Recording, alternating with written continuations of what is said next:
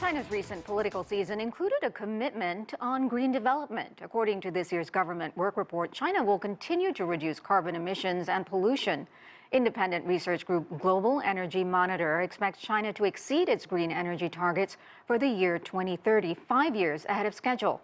Solar panel installations in China alone are surging and are estimated to increase global solar capacity by a staggering 85% by 2025.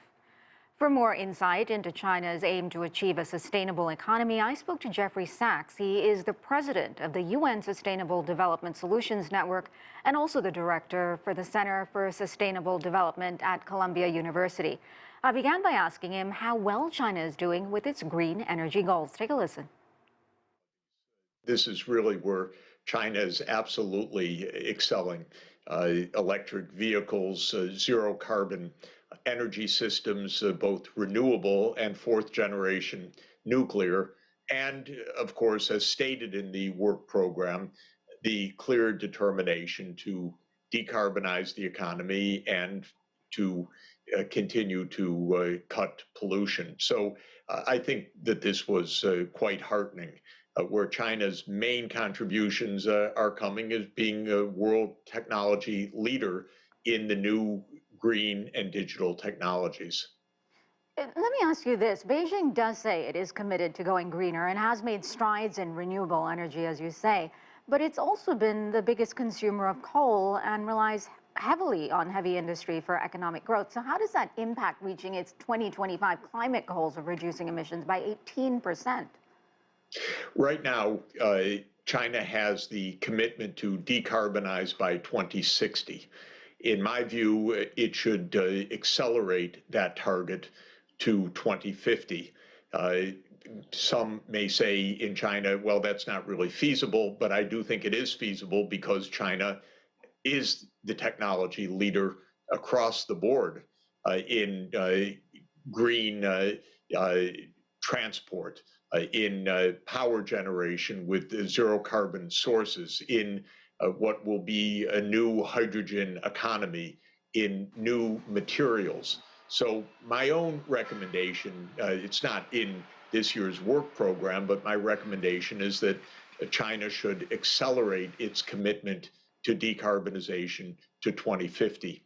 And that involves lots of choices, but it involves really moving out of coal, which China's planning to do, but to do it faster.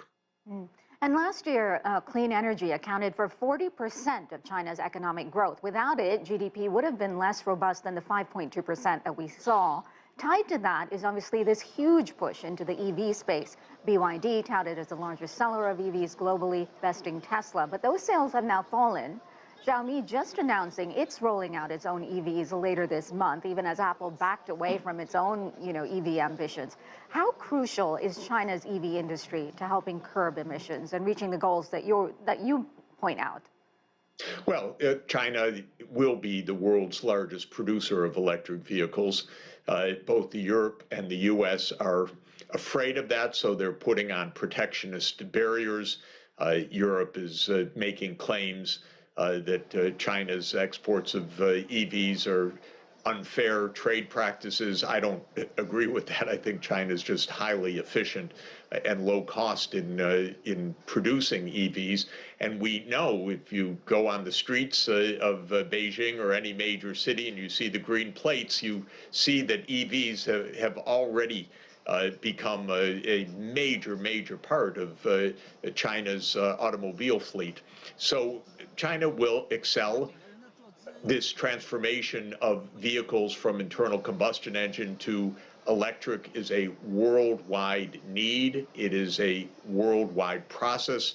China will play a major, I would say, the major role in that transformation. Yeah, absolutely. And then China and the U.S. have had a turbulent relation the last several years, but environmentalism is an area where they have a good deal of common ground. What are ways they can work together, in your opinion?